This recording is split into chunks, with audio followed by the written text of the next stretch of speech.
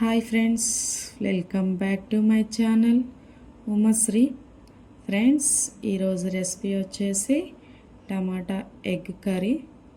చాలా అంటే చాలా బాగుంటుంది ఫ్రెండ్స్. చపాతీలోనే కానీ రోటీలో కానీ మంచి కాంబినేషన్. సో అది ఎలా ప్రిపేర్ చేసుకోవాలో చూసేద్దాం. మొదటిగా స్టవ్ ఆన్ చేసి కళాయి పెట్టి కొంచెం ఆయిల్ పోసుకొని 1 స్పూను తాలింపు గింజలు, 1 స్పూను జీలకర్ర, 3 పచ్చిమిర్చి, 1 ఆనియన్ కట్ చేసి వేసుకోవాలి.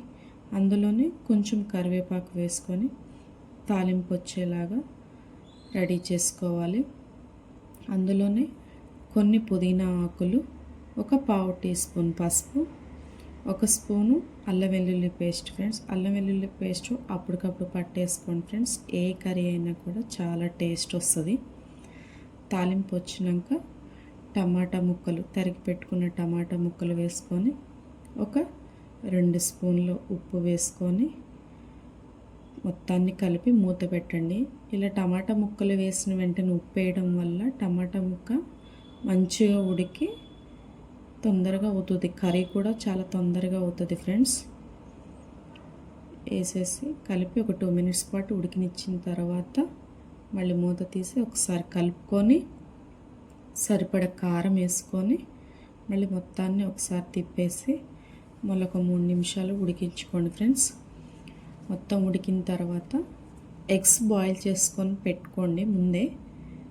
అలా ఎగ్ బాయిల్ చేసి పెట్టుకున్న చాక్తోని ఘాట్లు పెట్టుకొని టమాటా కర్రీలో వేసుకోండి ఫ్రెండ్స్. ఎగ్ ఘాట్లు పెట్టడం వల్ల ఎగ్ మంచి టేస్ట్ వస్తుంది. ఉప్పు కారం పట్టి మంచి టేస్ట్ వస్తుంది. చాలా బాగుంటుంది ఫ్రెండ్స్. మీరు ఇంట్లో ఒకసారి ట్రై చేయండి. సో బ్యాచిలర్స్ కూడా చేసుకోవచ్చు ఫ్రెండ్స్. అంత సింపుల్ రెసిపీ, అసలు చాలా బాగుంటుంది.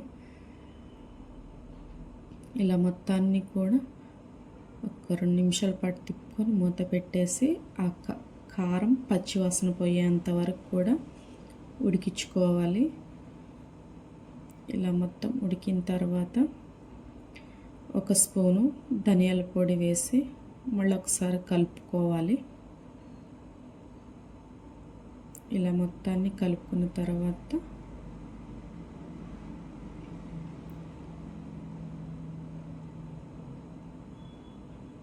సో ఎలా వచ్చిందో చెప్పండి ఫ్రెండ్స్.